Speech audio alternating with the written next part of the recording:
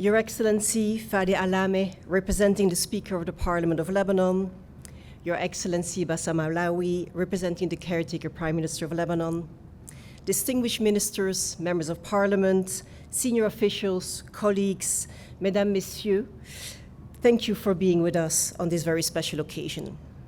We would have loved to celebrate Europe Day in the presence of all of our partners and friends in the country, but celebration is not the order of the day in this challenging context for Lebanon and the region. I did, however, want to mark this day by reflecting on the start of the peace-building project that the European Union was and remains, because this is more opportune today than ever. The European Union was formed after two brutal wars that claimed millions of victims and tore our continent apart. No one could have foreseen in 1945 that countries that sought to destroy each other would eventually form a strong economic and political union. And yet, they did.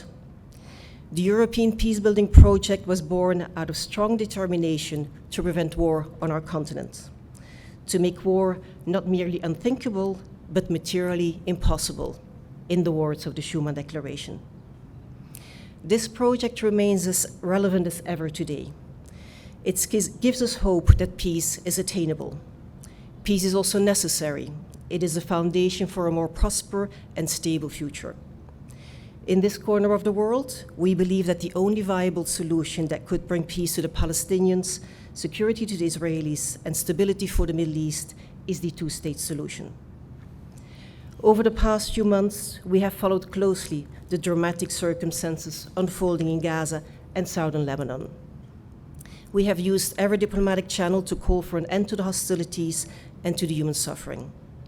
Lebanon has been at the front line of this war since October, and Lebanon cannot afford to be dragged further into it.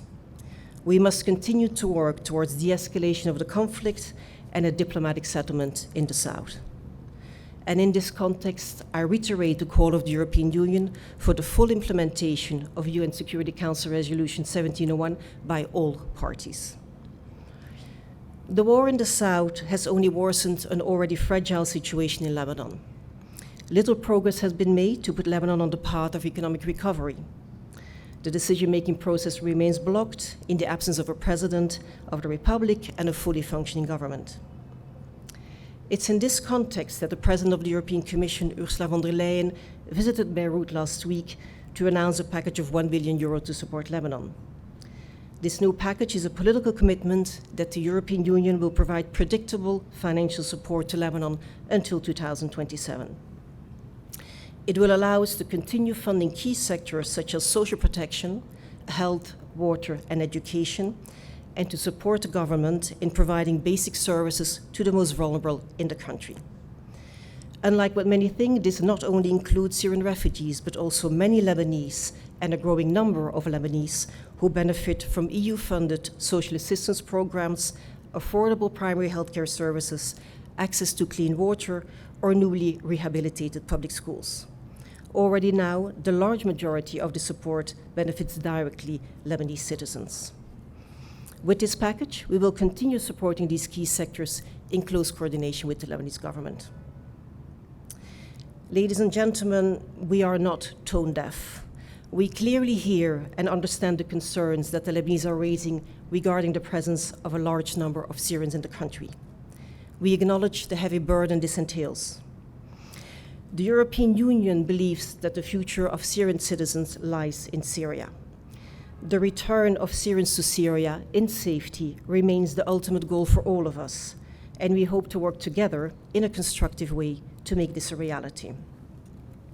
This is why we will invest heavily, or more heavily, in legal pathways for refugees so they can find job opportunities in Europe.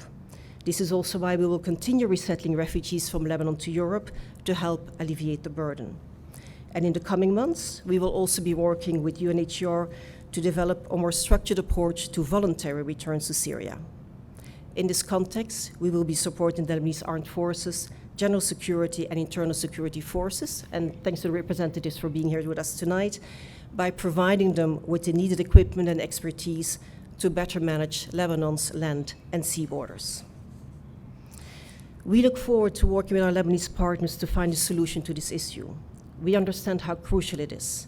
We all, however, need to be realistic that this will take time, and it will require the cooperation of more parties other than Lebanon and Europe. Ladies and gentlemen, Europe's relations with Lebanon did not begin in 2011 with the Syrian crisis, and they will not end with that crisis. They did not start either with the opening of the first EU delegation to Lebanon in 1979. What ties us is much stronger and goes back much further. It's a shared history and a shared culture. It's the scents and flavors of the Mediterranean, the familiar landscapes, the diversity in languages and religions, and the sense of freedom that we all experience here. And we are as determined as you are to make sure this remains. Thank you very much.